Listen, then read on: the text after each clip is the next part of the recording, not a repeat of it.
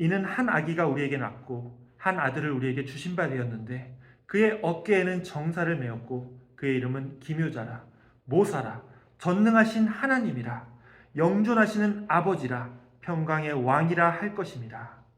그 정사와 평강의 더함이 무궁하며 또 다윗의 왕자와 그의 나라에 군림하여 그 나라를 굳게 세우고 지금 이후로 영원히 정의와 공의로 그것을 보존하실 것이라. 만군의 여호와의 열심히 이를 이루시리라. 아멘. 대림절의 네 번째 초는요, 또다시 보라색 촛불입니다. 이 초는 사랑의 촛불이라고 불립니다. 그 이유는요, 예수 그리스도의 탄생이 하나님께서 우리를 사랑하셔서 그 독생자 예수 그리스도를 우리에게 보내주셨다는 가장 큰 사랑의 선물이 되시기 때문입니다. 자, 우리도 마찬가지죠. 이 대림절에 우리도 사랑의 촛불이 되겠다는 마음으로 이 촛불을 밝히고자 합니다.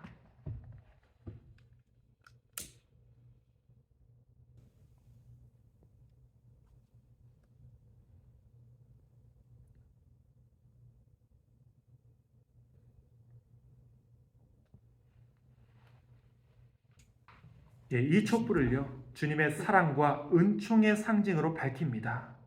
평화의 왕으로 찾아오시는 우리 주님을 향해 우리 영혼의 등불을 켜고 깨끗한 마음으로 성결한 영혼으로 함께 주님을 맞이하시기 원합니다. 아멘.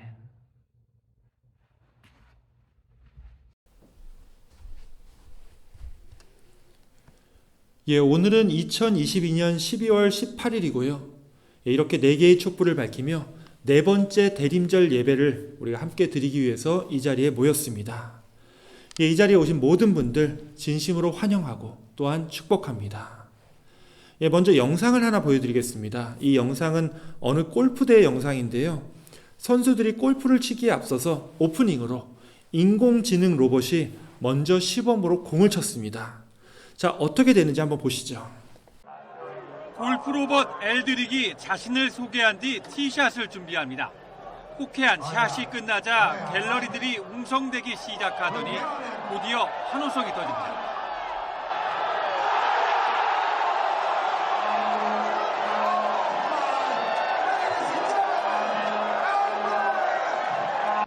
정확히 그린에 안착한 엘드릭의 티샷은 그대로 홀컵으로 빨려 들어갔습니다.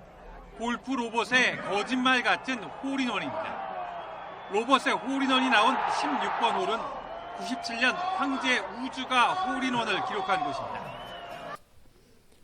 이 인공지능 로봇이 정확하게 거리하고 바람을 측정하고 쳤는지 단 한 번에 공이 들어가는 홀인원이 나왔습니다. 이 기계가 참 대단하다는 생각이 들면서도 이제는 정말 인간이 기계보다 잘할 수 있는 건 아무것도 없지 않나라는 생각이 듭니다. 실제로 몇 년 전에는 이제 알파고라는 인공지능 로봇이 인간한테 절대 이기지 못할 거라고 했던 바둑도 이제는 완전히 이겼죠. 최근에 이제 음악이나 그림까지도 인공지능이 훨씬 더 놀라운 작품들을 만들어내고 있습니다. 절대로 인간을 이길 수 없을 거라고 믿어왔던 분야들까지도 이 인공지능은 인간을 앞서 나가기 시작했다는 거예요. 자, 그럼에도 지난번에도 말씀드렸지만 인공지능이 절대로 우리 인간을 따라올 수 없는 영역이 한 가지 있죠. 그것은 바로 이 예배입니다. 아무리 기계가 자기들끼리 훌륭한 음악과 깊은 말씀을 나누면서 자기들끼리 예배를 진행한다고 해도 그것은 절대로 진정한 의미의 예배가 될 수 없죠. 예배는 우리 인간이, 바로 여러분들이 여러분의 마음을 다해서 하나님께 영광을 돌릴 때만이 그것이 진정한 예배가 될 수 있기 때문입니다. 바로 지금 이 시간 우리가 신령과 진정으로 하나님 앞에 예배 드릴 때 그 예배는요, 어떠한 대단한 기계도 흉내낼 수 없는 아름답고 귀한 은혜의 예배가 될 줄로 믿습니다. 그런 의미에서 오늘 이 시간 이 자리에 참 잘 오셨습니다. 특별히 오늘 이 대림절 네 번째 예배를 통해서 하나님께서 우리에게 주시는 희망과 평화, 기쁨과 사랑이 오늘 이 자리에 계신 우리 가나안교회 모든 성도들에게 충만해지는 그런 아름다운 예배가 다 되시기를 우리 주님의 이름으로 축원합니다. 아멘.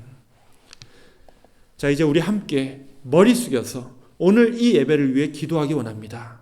특별히 오늘 크리스마스를 한 주 앞둔 이 대림절 마지막 예배를 드리며 주님께서 우리 마음에 주님의 평화와 기쁨을 주시기를 소망하며 함께 기도로 이 예배를 시작하겠습니다. 하나님 감사합니다. 지난 한 주간 또 주님 저희를 지켜주시고 저희들 힘들고 지친 가운데 왔음에도 또다시 주의 허락하여 주시사 우리 주님의 전에 모여서 예배를 드리겠습니다. 주님 함께 해주시고 저희 예배를 통해서 저희도 정말 배우고 주님의 영광을 높여 주옵소서.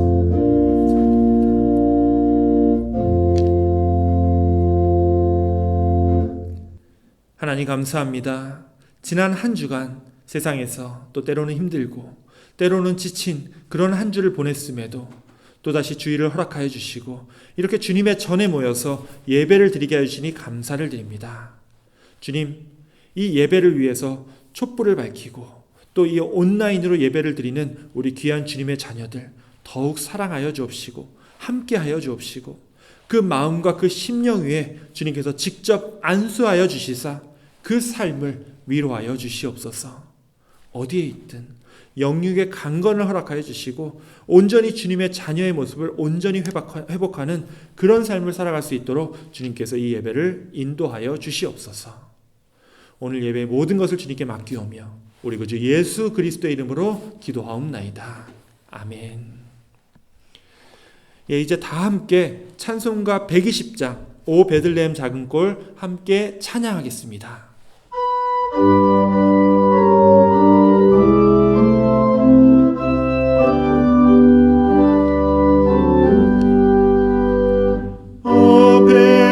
베들레헴 작은 꼴 너 잠들었느냐 별들만 높이 빛나고 잠잠히 있으니 저 놀라움이 지금 캄캄한 이 밤에 나는 두루 비춘 줄 너 어찌 모르나 온 세상 모든 사람들 잠자는 동안에 평화의 왕이 세상에 탄생하셨도다. 저 새벽별이 홀로 그 일을 아는 듯 밤새껏 귀한 그 일을 말없이 지켰네. 놀라우신 하나님 큰 선물 주시니 주 믿는 사람 마음에 그 은혜 받도다. 이 죄악 세상 사람 주 오심 모르나 주 영접하는 사람들 그 맘에 오시네. 오 베들레헴 예수님 내 맘에 오셔서 내 죄를 모두 사하고 늘 함께 하소서. 저 천사들의 소식 나 기뻐 들으니 오 임마누엘 예수님 내 맘에 오소서.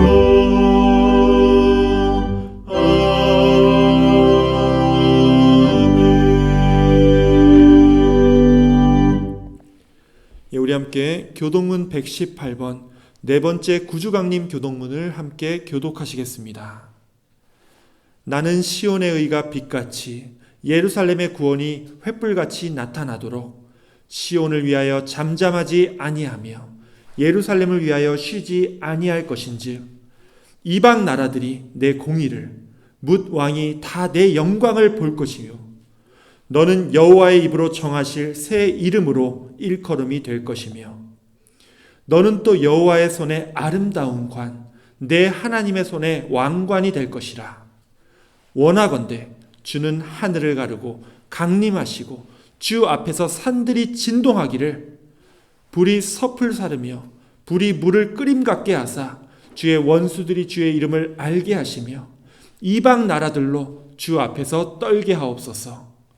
주께서 강림하사 우리가 생각하지 못한 두려운 일을 행하시던 그때에 산들이 주 앞에서 진동하였사오니 다 같이 읽겠습니다. 주 외에는 자기를 앙망하는 자를 위하여 이런 일을 행한 신을 옛부터 들은 자도 없고 귀로 들은 자도 없고 눈으로 본 자도 없었나이다. 아멘. 우리 함께 사도신경으로 신앙 고백 드리겠습니다. 전능하사 천지를 만드신 하나님 아버지를 내가 믿사오며 그 외아들 우리 주 예수 그리스도를 믿사오니 이는 성령으로 잉태하사 동정녀 마리아에게 나시고 본디오 빌라도에게 고난을 받으사 십자가에 못 박혀 죽으시고 장사한 지 사흘 만에 죽은 자 가운데서 다시 살아나시며 하늘에 오르사 전능하신 하나님 우편에 앉아 계시다가 저리로서 산자와 죽은 자를 심판하러 오시리라. 성령을 믿사오며 거룩한 공예와 성도가 서로 교통하는 것과 죄를 사하여 주시는 것과 몸이 다시 사는 것과 영원히 사는 것을 믿사옵나이다. 아멘. 이 시간은 우리 함께 기도하는 시간입니다. 오늘 이 기도는요, 우리 김요한 장로님께서 우리가 다 같이 기도할 때 인도해 주시겠습니다.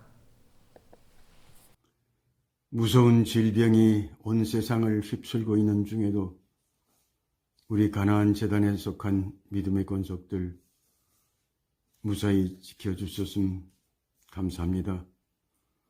이 아침에 새벽을 깨우며 주님께 경배 찬양 드리기 위해 분주히 준비하게 하시고 함께 모이게 하시니 감사합니다.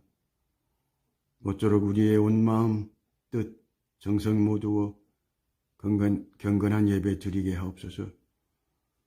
우리 모두 주님 배울 날을 기다리며 또 주님 탄생하신 날을 기다리며 오늘을 거룩한 주님의 날로 지키게 하옵소서. 오늘 주일은 주님께서 인간의 몸 입으시고 우리 가운데서 살기 위해 오신 성탄의 주님을 기다리는 대림절로 지키는 주일이오니 우리의 심령을 특별히 정결하게 가다듬게 하옵소서. 온 세상은 축제일이 다가온다고 들떠서 흥청대고 있지만 우리는 차분하게 우리의 속사람을 냉정히 직시하게 하옵소서. 누추한 우리 죄악을 도말하시기 위해 그 무서운 십자가 처형을 우리 대신해서 당하신 주님 생각하며 또 주님 오신 날을 또한 주님 배울 날을 기다리게 하옵소서. 절타 중인 믿음의 식구들 있습니다. 어디서 무엇을 하든지 주님 안에서 하게 하옵시고 무사히 돌아올 때까지 지켜주시기 기도드립니다. 선포할 말씀 들고 단에 서실 이상현 목사님께 성령님 강력하게 역사해 주시옵소서. 함께 예배드리는 우리 모두 주님 기뻐 받으실 신령한 예배 드리게 하옵소서. 예수님 이름 받들고 기도드립니다. 아멘. 하나님 주님께서 되신 감사합니다. 우리 장로님께서 기도하신 모든 것들이 하나도 땅에 떨어짐 없이 주님 앞에 상달되도록 함께 해주시고 특별히 우리 장로님이 개인을 위해서가 아니라 모든 사람들을 위해서 주님을 믿는 사람들 또 믿지 않는 사람들이 구원을 주기 위한 그런 성도의 말씀까지도 주님께서 이루어주시옵소서.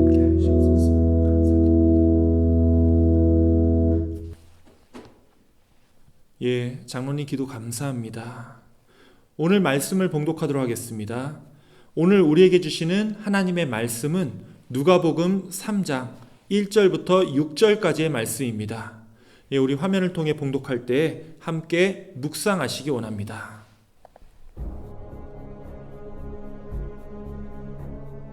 디베르 황제가 통치한 지 15해 곧 본디오 빌라도가 유대의 총독으로 헤롯이 갈릴리의 분봉왕으로 그 동생 빌립이 이두레와 드라고니 지방의 분봉왕으로 루사니아가 아빌레네의 분봉왕으로 안나스와 가야바가 대제사장으로 있을 때에 하나님의 말씀이 빈 들에서 사가랴의 아들 요한에게 임한지라. 요한이 요단강 부근 각처에 와서 죄 사함을 받게 하는 회개의 세례를 전파하니 선지자 이사야의 책에 쓴 바 광야에서 외치는 자의 소리가 있어 이르되 너희는 주의 길을 준비하라. 그의 오실 길을 곧게 하라. 모든 골짜기가 메워지고 모든 산과 작은 산이 낮아지고 굽은 것이 곧아지고 험한 길이 평탄해져질 것이요 모든 육체가 하나님의 구원하심을 보리라. 예, 이것은 오늘 우리들에게 주시는 하나님의 말씀입니다. 아멘. 예, 이 시간은 우리 함께 말씀을 나누는 시간입니다. 우리 먼저 오늘 말씀 전에 함께 기도하겠습니다. 하나님 감사합니다. 오늘 말씀을 통하여 우리의 눈과 귀가 열리고 우리의 영혼이 깨어나며 우리의 삶이 변하는 역사가 일어나게 하여 주옵소서. 특별히 죄와 사망에서 우리를 구원하여 주시고 이 어두운 세상을 주님의 그 환한 빛으로 인도하여 주시는 주님의 능력과 힘을 믿고 의지하며 우리의 온 삶으로 주님의 구원이 이 땅에 임하심을 선포하는 그런 귀한 믿음의 시간으로 인도하여 주시옵소서. 우리 그 주 예수 그리스도의 이름으로 기도하옵나이다. 아멘.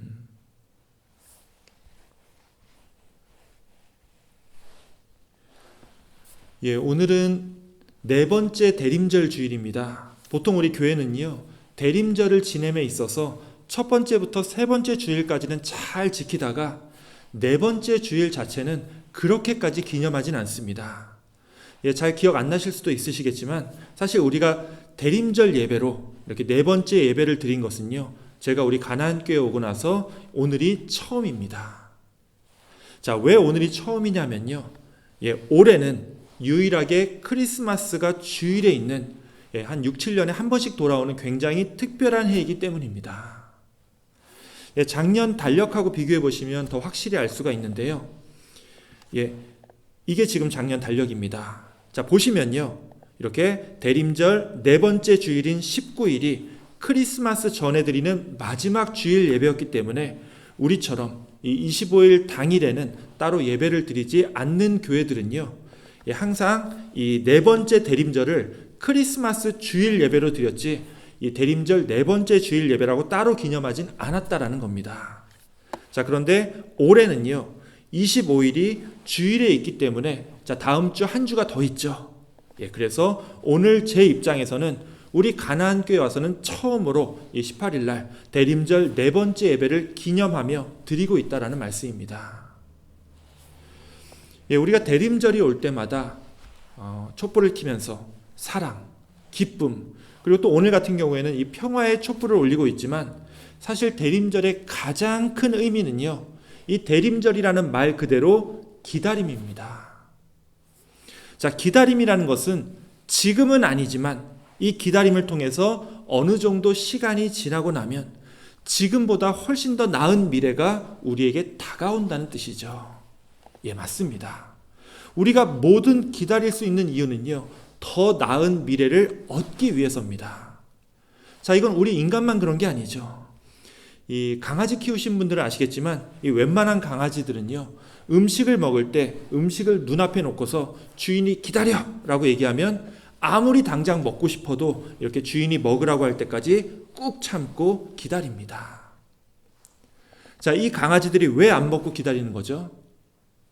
예, 당장 그 눈앞에 있는 음식을 먹으면 그 잠깐 동안은 좋을지 몰라도 오히려 이때 참아야 주인이 더 기뻐한다는 사실을 알고 있기 때문입니다. 이 강아지들에게는 주인이 기뻐하는 것만큼 좋은 게 없죠. 결국 참아야, 기다려야 더 나은 미래가 온다는 것을 이런 강아지들조차 알고 있다는 거고요. 우리 인간 또한 뭐든 인내하고 기다릴 수 있는 이유가 바로 이렇게 더 나은 미래를 위해서라는 겁니다. 자, 그런데요, 이 기다림에 대해서 한 가지 의외의 사실이 있습니다. 자, 여러분들 생각에 젊은 사람들하고 나이 든 사람들을 비교할 때 누가 더 이 기다리는 것을 더 잘할 것 같습니까? 자, 젊은 사람들일까요? 아니면 나이 든 사람들일까요? 자, 언뜻 생각했을 때는 젊은 사람들이 이 앞으로 살아갈 날이 훨씬 더 많이 남아있기 때문에 이 기다림을 더 잘할 것 같지만 실제로는 그렇지가 않죠. 자, 의외로 나이 든 사람들이 훨씬 더 잘 기다릴 줄 안다는 겁니다. 오히려 인생을 좀 더 살아본 분들이 이 기다림의 힘을 더 잘 이해하고 있다는 말씀이죠. 자, 한 5, 60년 전에 프랑스의 이제 잔 루이스 칼망이라고 하는 어느 할머니가 계셨습니다. 자, 이 할머니 나이가 이제 90살이었는데요. 이분이 젊었을 때는 좀 부유하게 사셨다가 이분이 이제 생각보다 오래 사시다 보니까 이 가지고 있었던 돈을 몽땅 다 써버렸습니다. 자, 이게 1960년대 얘기이기 때문에 아직 연금이라는 개념이 제대로 자리 잡기 전이었는데요. 이 할머니는 90살이 돼서 더 이상 돈을 벌 방법이 없었습니다. 자, 그러다가 결과적으로는 아주 기가 막힌 생각을 하게 됩니다. 자, 이 할머니가 이제 자기 집이 있었는데요. 자신이 살고 있는 이 집을 담보로 해서 어느 한 젊은 변호사랑 이 사적으로 주택연금 계약을 맺게 됩니다. 자, 계약의 내용은 우리가 지금 알고 있는 그런 주택연금 계약입니다. 자, 어떤 거죠? 그래서 이 할머니가 돌아가실 때까지 이 변호사는 매달 우리 달러로 치면은 매달 400불 정도 되는 돈을 지불하고요. 자, 그럼 변호사는 뭘 받게 되죠? 당장은 받는 게 없지만 나중에 이 할머니가 돌아가시게 되면 그 집을 그대로 넘겨받기로 약속을 했습니다. 자, 뭐 변호사 입장에서는 완전히 남는 장사죠. 이분 90살 할머니입니다. 당연히 이제 언제 돌아가셔도 이상하지 않을 그런 상황이었기 때문에 몇 달, 길어봤자 몇 년만 기다리면 이 할머니 집이 자기 집이 되기 때문에 그렇죠. 자, 그런데 결과가 어떻게 됐을까요? 여러분들, 아무리 내기에 자신 있어도 사람 봐가면서 해야 됩니다. 이 할머니는요, 내기로 치면 완전히 타짜였습니다. 하필이면 이 잔 루이스 칼망은요, 지금까지도 세계에서 가장 오래 사신 할머니로 기록되고 있는 분입니다. 자, 이 계약을 맺었을 때가 90살이라고 했는데 이때부터 이 할머니가 몇 년을 더 사셨을까요? 이 변호사는요, 이 할머니와 계약을 맺었을 때 그 나이가 46살이었습니다. 자, 그런데 이 90 먹은 할머니가요, 안 돌아가시고 계속 건강하게 지내시는 거예요. 자, 사실 이 사진은요, 90살 때가 아니라 113살 때 모습입니다. 그리고 이게 3년 후인 116살 때 모습이고요. 자, 그리고 이게 120살 때 사진입니다. 자, 몇 년 지났죠? 자, 90살 때 연금 계약을 맺었으니까 벌써 30년이 지났습니다. 이 30년이 지났을 때 이 변호사는 나이가 몇이 되죠? 46살 때 계약을 맺었으니까 이제 78살이 됐겠죠. 78살에 이 변호사는 결국 이 할머니 집을 갖지 못하고 먼저 죽어버렸습니다. 이 할머니는요, 그 후로 2년을 더 사셨고요. 심지어 변호사가 죽은 후에도 그 2년 동안 변호사가 매달 주기로 했던 그 돈을 이 계약에 의해서 변호사의 자녀들이 매번 대신 내줬어야 했습니다. 이 할머니는요, 이 변호사가 자기보다 거의 40년 이상 어린 사람인데도 애초에 이 계약서를 만들 때요, 혹시 변호사가 중간에 죽더라도 변호사의 자녀들이 자기한테 매달 돈 주는 것을 대신해야 한다는 그런 디테일한 조항을 미리 넣어놨던 겁니다. 자, 그리고 2년 후에 이 할머니가 돌아가시고 나서 이 집이 결국 이 변호사의 자녀들에게 넘어갔지만 실제로 그동안 이 할머니가 받았던 돈은요, 이미 당시 그 집값의 2배가 훨씬 넘어갔다고 합니다. 예, 이분 인생 굉장히 멋있죠. 자, 여러분들, 우리도 인생 이렇게 멋지게 살아야 합니다. 90살의 나이였기 때문에 금방 죽을 거라고 생각하고 그냥 있는 집 팔아서 살았다면 나중에 얼마나 후회했겠습니까? 하지만 30년 이상을 바라봤기 때문에 하루하루 그냥 살지 않았고요. 실제로 이분은요, 84살 때 처음으로 펜싱을 시작했습니다. 그리고 114살이 됐을 때 영화에도 출연해가지고 직접 연기도 하셨습니다. 제가 잠깐 보여드릴게요.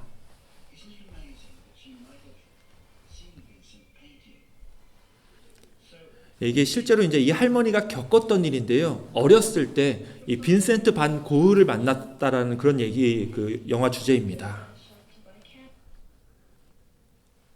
예, 이분 나름대로 이 영화의 주인공 역할을 하셨습니다. 예, 연기도 이렇게 하고 계시죠. 자, 그리고 110살이 될 때까지 이걸 타고 다녔습니다. 자, 뭘 타고 다녔을까요? 예, 110살까지 이분은 자전거를 타고 다니셨습니다. 자, 나이가 들수록 우리가 품어왔던 소망이 점점 줄어드는 것 같다고 말씀하시는 분이 많으시지만 저는 오히려 이분을 봐도 그렇고요. 나이가 드신 분들이 훨씬 더 이 젊은 사람들보다 잘하는 게 있는데 그것은 바로 참고 기다릴 줄 아신다라는 거예요. 나이 드신 분들은요, 이제는 더 이상 조급해할 필요가 없기 때문에 그렇죠.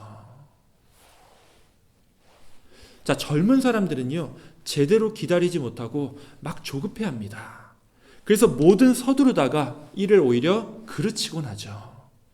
특히 세상이 어둡고 암울할 때 젊은 사람들은요, 그 왕성한 혈기 때문인지 그 세상의 힘을 자신의 힘으로 맞서려고 합니다. 자, 그러다가 더 큰 분란과 더 큰 피해를 입게 된다는 거죠. 2000년 전에 예수님께서 태어날 때의 유대 사회도 무척이나 어둡고 암울한 시대였습니다. 자, 이번에 대림절 때 제가 누가복음 위주로 이 말씀을 나누고 있었는데요. 이 누가복음이 디테일에 있어서 굉장히 기가 막히다는 것을 제가 굉장히 다시금 느끼게 됩니다. 오늘 본문인 이 누가복음 3장은요, 이제 예수님이 막 활동하기 직전의 시대를 묘사하면서 이렇게 시작하고 있습니다. 자, 3장 1절입니다. 디베르 황제가 통치한 지 15해, 그때 본디오 빌라도가 유대의 총독으로 있었고 헤롯은 갈릴리의 분봉왕으로, 그리고 그 동생 빌립은 이두레와 두라고니 지방의 분봉왕으로 있었다. 예수님이 활동하시기 직전의 상황을 누가복음은 이렇게 나타내고 있는데요. 이 디베르 황제, 즉 티베리우스 황제가 로마를 다스리던 때에 이 유대 지역을 폰티우스 빌라도가 총독으로 다스리고 있었다라고 되어 있습니다. 자, 원래 유대 지역을 다스리던 사람은요, 이 빌라도가 아니라 헤롯 아켈라오라는 사람이었습니다. 자, 이 아켈라오는요, 과거 예수님을 죽이려고 이 베들레헴의 아이들을 다 몰살했었던 그 헤롯 왕의 아들인데요. 이 아켈라오는 아버지보다도 성격이 더 포악해서 사람들을 쉽게 죽이곤 했습니다. 자, 그는 아버지 헤롯처럼 이 유대 땅뿐만이 아니라 여기에 나와 있는 모든 땅들을 이 형제들에게 나눠주지 않고 자기 혼자 다 먹으려고 직접 로마 황제를 찾아갔었습니다.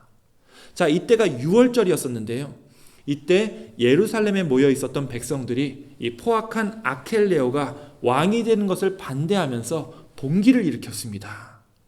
그러자 이 아켈라오가 이 봉기를 진압하기 위해서 군대를 이끌고 예루살렘에 와서 거기 모인 사람들을 닥치는 대로 다 죽였습니다. 이때 죽은 사람이 자그만치 3,000명이나 됐다고 합니다. 자, 유대 지역의 왕이 되겠다는 사람이 예루살렘에서, 그것도 6월절에 3,000명이나 죽였으니 이 아켈라오를 왕으로 삼고자 하는 사람은 이제 아무도 없었다라는 거죠. 결국 로마 황제에 의해서 아켈라오는 완전히 쫓겨나고 헤롯의 혈통이 아니라 로마에 있었던 관리를 직접 총독으로 임명해서 이 유대 땅을 다스리게 만들었습니다. 자, 그래서 누가 왔죠? 예, 이때 총독으로 들어온 로마 관리가 바로 본디오 빌라도입니다. 자, 아켈라오가 쫓겨나고 이 빌라도가 총독으로 오자 유대 백성들의 삶이 좀 안정이 됐을까요? 그러지 못했습니다. 오히려 빌라도는요, 유대 문화를 전혀 이해하지 못하는 이 생판 이방인이었기 때문에 그는 사사건건 이 유대인들과 부딪혔습니다. 예루살렘에 황제의 초상을 걸려고 하다가 유대인들은 그 그림이나 조각상을 우상숭배라고 해서 굉장히 혐오를 합니다. 결국 이 유대인들의 극렬한 반대에 부딪히기도 하고, 계속 이 빌라도가 성전에 모인 돈을 탐을 냈다가 제사장과 이 성전 관리들과 큰 싸움에 휘말리게 됩니다.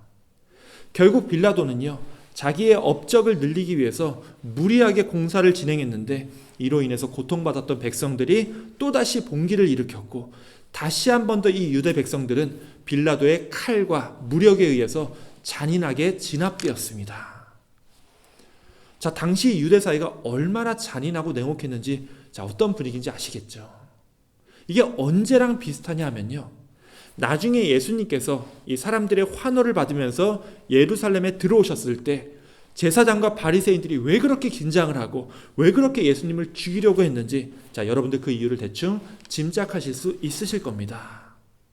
예, 과거에 예수님 같은 사람들이 이 백성들의 인기에 힘입어서 로마 제국에 항거하는 봉기나 밀란을 섣불리 일으켰다가 이 수많은 사람들이 목숨을 잃고 죽어갔던 그런 아찔했던 무서운 기억이 이 제사장과 바리새인들의 과거의 기억 속에 있었다라는 거예요. 자, 빌라도가 다스리던 예루살렘 쪽이 이렇게 분위기가 좋지 않았으니, 자, 거기 살지 말고 그 옆에 갈릴리나 다른 지역으로 이사를 가면 좀 나아졌을까요? 예, 그렇지도 않았습니다. 자, 갈릴리 쪽을 다스리던 이 헤롯, 여기는 이제 헤롯이라고 되어 있는데 헤롯 안티파스라는 분봉왕입니다. 예, 이 사람도 정말 못된 지도자였습니다. 이 헤롯은요, 자기의 업적을 세우려고 갈릴리의 수도를 새로 건설합니다. 자, 그것도 수도를 한번 지었다가 마음에 안 들었는지 다시 한 번 더 수도를 옮겨서 2번이나 허허벌판에 도시를 세웠습니다. 예, 당시 갈릴리의 인구가요, 여기 이쪽 지역의 셀리나스랑 굉장히 비슷했는데요, 한 15만 명 정도 됐을까요? 이 15만 밖에 안 되는 사람들을 동원해서 수도로 세울 도시를 2개나 건설했으니 이 과정에서 얼마나 많은 갈릴리 사람들이 수탈과 약탈을 당했는지, 그리고 고된 노역에 시달렸어야 했을지 아마 여러분들 짐작하실 수 있으실 겁니다. 예, 이처럼 예수님 당시의 유대 백성들은요, 살아있는 것 자체가 고통스럽고 지옥과도 같았습니다. 자, 로마 제국의 식민지 치하에서 이렇게 고통받고 힘들어하는 이 유대 백성들을 원래는 누가 위로해 줬어야 되죠? 예, 당연히 하나님을 섬기는 제사장들, 그리고 하나님의 말씀을 받들고 백성들에게 가르쳐야 할 이 율법학자들, 바리새인들이 이 유대 백성들을 위로해주고 그들의 고통을 감싸 안아줬어야 했습니다. 자, 하지만 아시다시피 이 당시 제사장들과 바리새인들은 그렇게 하지 못했죠. 예, 누가복음은요, 이 어둡고 암울한 시기에 유대 백성들에게 하나님의 뜻을 전해줘야 할 그 책임을 지닌 사람들을 이 다음 구절에서 소개하고 있습니다. 자, 누구죠? 안나스와 가야바라고 하는 이 사람들이 이 어두운 시기에 대제사장으로 있었다라고 기록하고 있습니다. 여러분도 혹시 이 안나스하고 가야바가 누군지 아십니까? 예, 이들이 바로 예수님을 십자가에 못 박아 죽였던 그 제사장들입니다. 자, 1절과 2절을 다시 한번 보세요.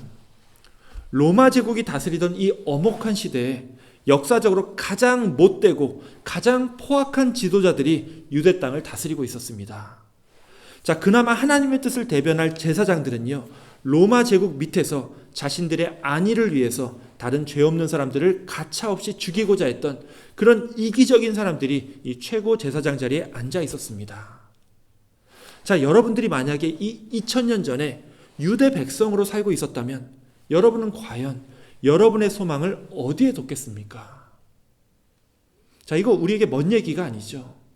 100년 전만 해도 우리가 일제에 의해서 식민 지배를 받았었고, 당시 우리 조선 사람들은요, 어디에 소망을 둬야 할지 이들만큼이나 우리도 참 막막한 상황이었습니다. 100년 전까지 갈 것도 없죠. 오늘 여기 계신 분들 중에서 내 소망은 여기에 있다, 나는 이 소망 하나로 버틸 수 있고 얼마든지 기다릴 수 있다. 자, 이렇게 자신 있게 말할 수 있는 분이 지금 이 자리에 몇 분이나 계실까 싶습니다. 우리가 믿고 따를 수 있는 누구 정치 지도자가 진짜로 어디에 있습니까? 아니면 우리가 정말 하나님처럼 신뢰해서 내 모든 걸 맡길 수 있는 그런 목사님이 어디 계신가요? 예, 없습니다. 저도 목회자지만 그런 사람 못 찾았습니다.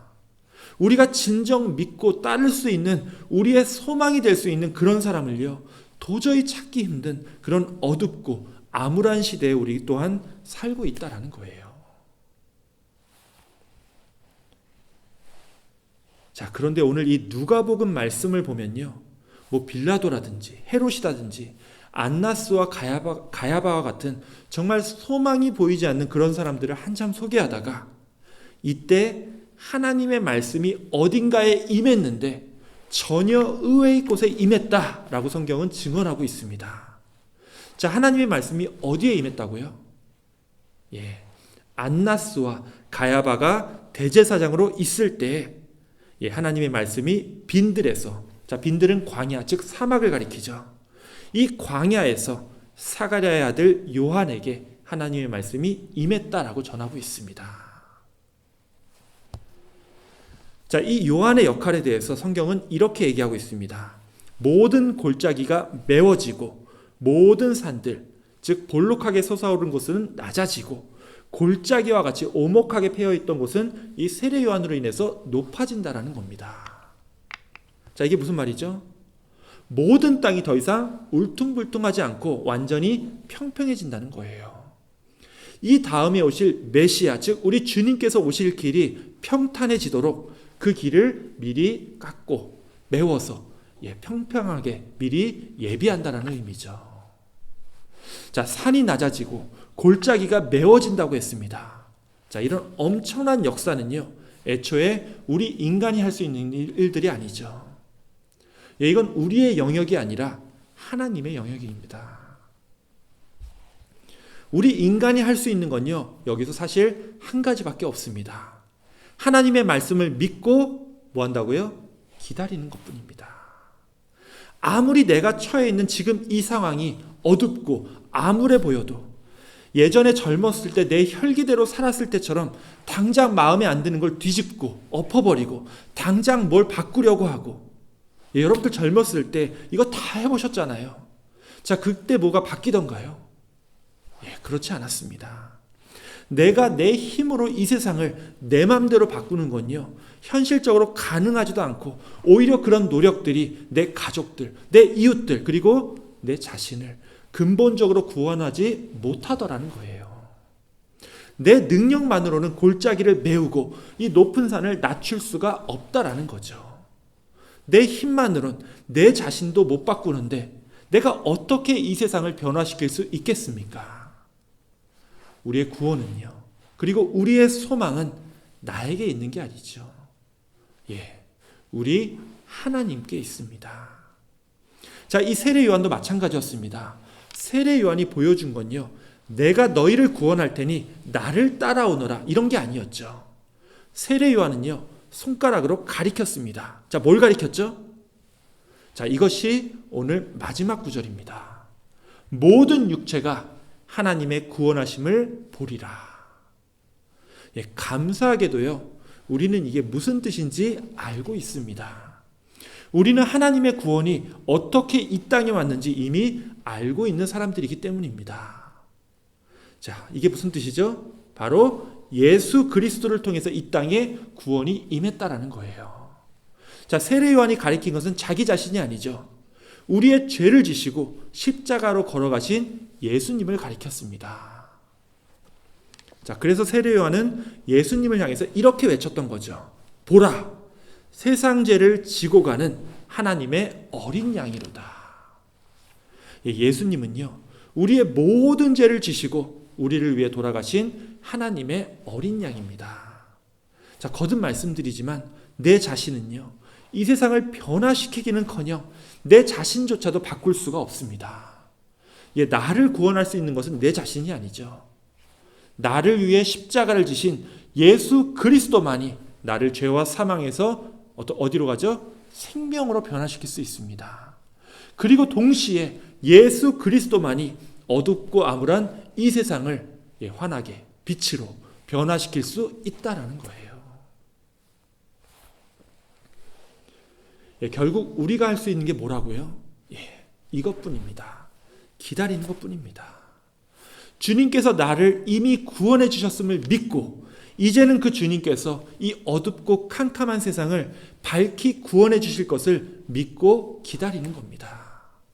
이것이 바로 이 대림절, 주님 오심을 기다리는 이 거룩한 기다림의 시즌에 우리가 꽉 붙들고 살아야 할 우리의 소망인 줄 믿습니다. 사랑하는 우리 교우 여러분, 이제 크리스마스가 딱 한 주 남았습니다. 여러분 지금 이때 무엇을 기다리고 계십니까? 혹시 올 한 해 동안 여러분 자신의 힘으로, 여러분 자신의 혈기와 능력으로 뭔가를 해보려고 했는데 그게 잘 안 돼서 혹시 실망과 낙담에 빠져 있지는 않습니까? 자, 여러분이 기다려야 할 것은 여러분 자신의 힘과 능력이 아니죠. 예수 그리스도의 힘과 능력입니다. 그 그리스도의 힘과 능력으로 죄와 사망에서 생명으로 여러분 자신이 변하고 이 어두운 세상이 환하게 변하여서 오늘 말씀대로 모든 육체가 하나님의 구원하심을 함께 바라보는 그런 놀라운 구원의 역사가 이 땅 위에 펼쳐지는 이 귀한 은혜의 한 주가 다 되시기를 우리 주님의 이름으로 축원합니다. 아멘. 기도하겠습니다. 하나님 감사합니다. 주님의 구원을 간절히 기다리는 이 대림절 시즌에 우리로 온전히 주님을 바라보게 하여 주시옵소서. 그래서 이 땅의 모든 육체가 주님의 구원하심을 함께 바라보며 우리 그리스도를 구주로 다 같이 고백하는 귀한 은혜의 시간이 다 될 수 있도록 우리의 한 주간을 지켜 주시옵소서.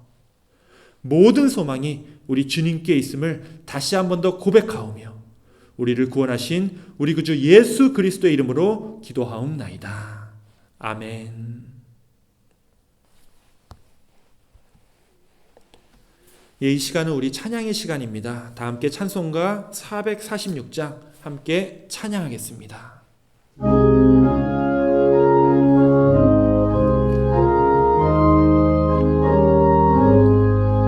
주 음성 외에는 참 기쁨 없도다. 날 사랑하신 주 늘 계시옵소서. 기쁘고 기쁘도다. 항상 기쁘도다. 나 주께 왔사오니 복 주옵소서. 나 주께 왔으니 복 주시옵소서.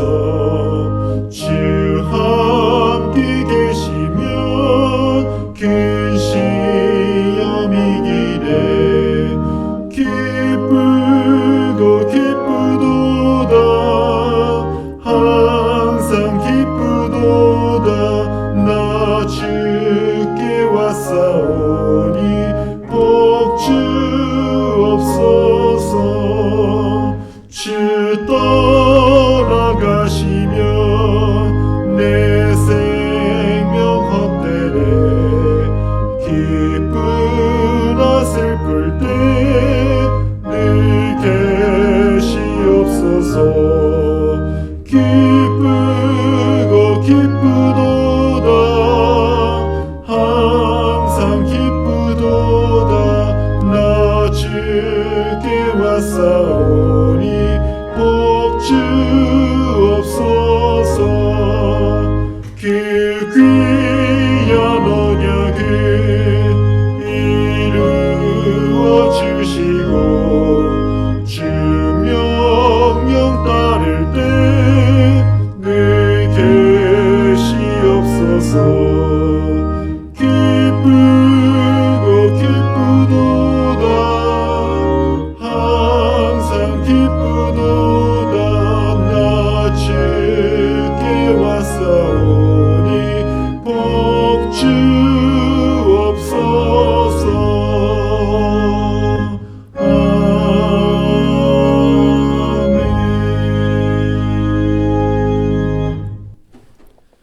이 시간 우리 함께 봉헌하는 시간 갖겠습니다. 다 함께 찬송가 1장 부르시면서 봉헌하시겠습니다.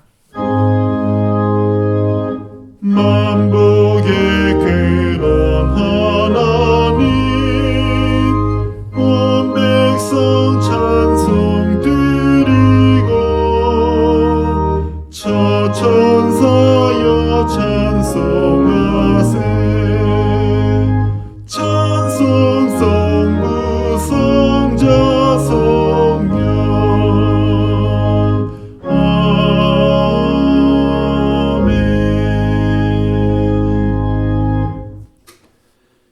하나님, 오늘 이 주일 예배를 허락하여 주시사 이렇게 주님의 전에 우리들을 불러주시고 우리가 예수님의 몸된 이 제단에서 함께 주님의 오심을 기뻐할 수 있는 시간 허락하여 주신 것 감사를 드립니다. 오늘 이 시간 이 예배 저희들 나아올 때 우리에게 오셔서 우리를 구원하신 우리 주 예수 그리스도께 감사하며 이렇게 주님께 감사하는 마음 이 예물로서 함께 바치오니 주님 기뻐 받아 주시옵소서. 우리의 감사하는 마음 위에 주님께서 축복하여 주옵시고 우리가 주님께 바치는 우리의 마음보다 더 큰 은혜, 더 큰 축복으로 우리의 사업과 우리의 삶을 인도하여 주옵시고 이 예물 위에도 함께하사 주님의 구원을 간절히 기다리는 이 시즌에 이 예물이 쓰여지는 곳마다 주님의 빛과 희망이 나타나며 주님께서 약속하신 구원의 선포가 온 세상에 전해질 수 있도록 함께하여 주옵소서. 우리의 예배를 기뻐히 받아주시는 예수 그리스도의 이름으로 기도하옵나이다. 아멘.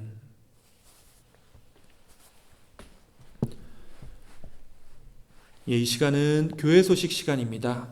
먼저 이렇게 오늘도 이 예배에 참여하신 모든 분들 진심으로 환영하고 또한 축복의 말씀을 드립니다.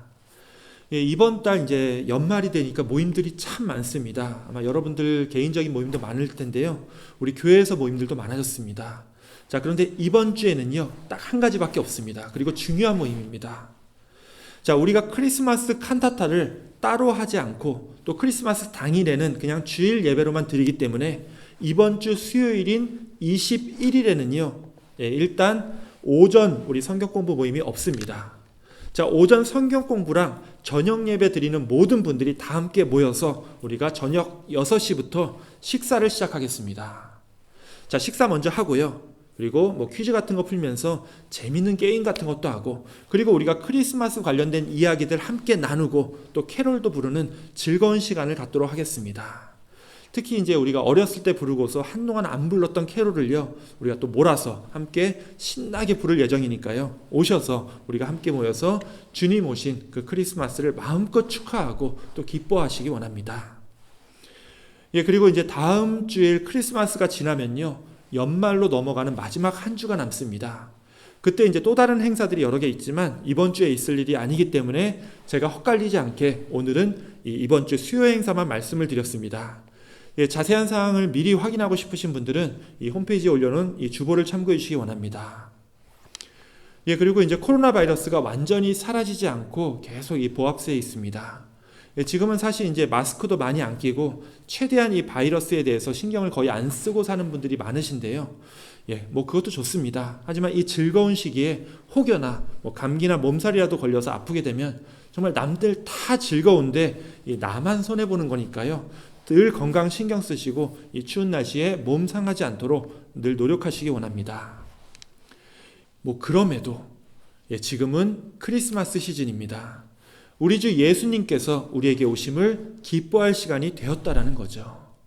자, 예수님의 탄생은요, 하나님께 뭐가 되죠? 영광이 되고, 자, 땅에서 뭐가 되죠? 예, 땅에서는 사람들 중에 어떤 사람들이죠? 기뻐하심을 입은 사람들 중에 평화라고 했습니다. 자, 우리가 이 연말, 이 크리스마스를 기쁨으로 보내지 않고 그냥 정신없이 분주함과 불안함으로 이 시즌을 보내면요, 하나님께서 약속하셨던 그 진정한 평화를 누리기가 어렵습니다. 여러분들 분주한 가운데도 마음만큼은 잠깐 멈춰 쓰셔서 주님께서 여러분의 삶을 통해 어떤 기쁨을 주시는지 한번 헤아려 보시기 원하고요. 그 기쁨 가운데서 주님 주시는 진정한 평화를 누리는 이번 연말이 다 되시기를 우리 주님의 이름으로 축원합니다. 아멘.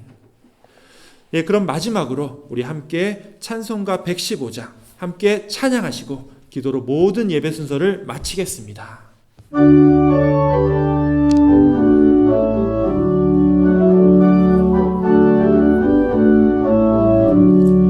기쁘다 구주 오셨네 만 백성 맞으라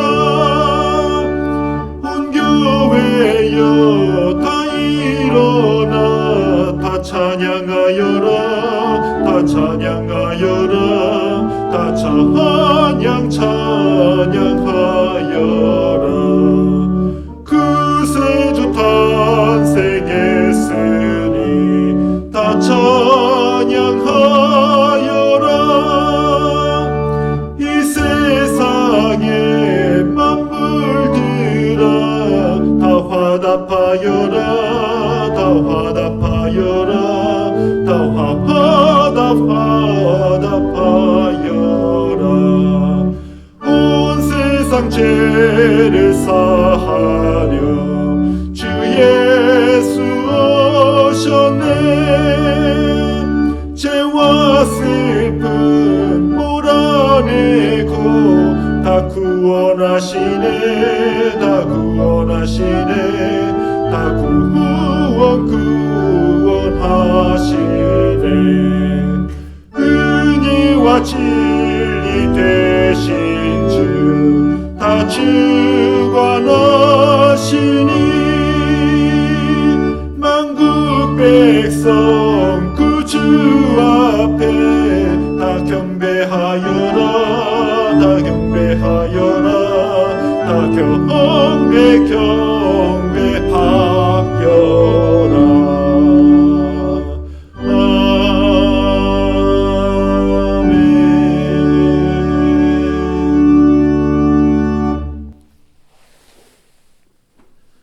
이제는 우리를 구원하시겠다는 그 약속을 이루시기 위해 이 땅에 오신 우리 구주 예수 그리스도의 은혜와 아버지 하나님의 사랑과 성령 하나님의 교통 역사하심이 오늘 예배를 통하여 아기 예수를 기다리는 그 기다림의 참 의미를 깊이 깨닫고 우리 삶을 통하여 내 혈기와 내 능력, 내 교만 다 주님 앞에 내려놓고 오직 우리를 구원하시기 위해 이 땅에 오신 예수 그리스도를 바라보며 그 십자가와 구원의 길을 향해 나아가기로 함께 결단하는 우리 사랑하는 가난교회 모든 성도들 머리 위에 영원토록 함께 있을지어다.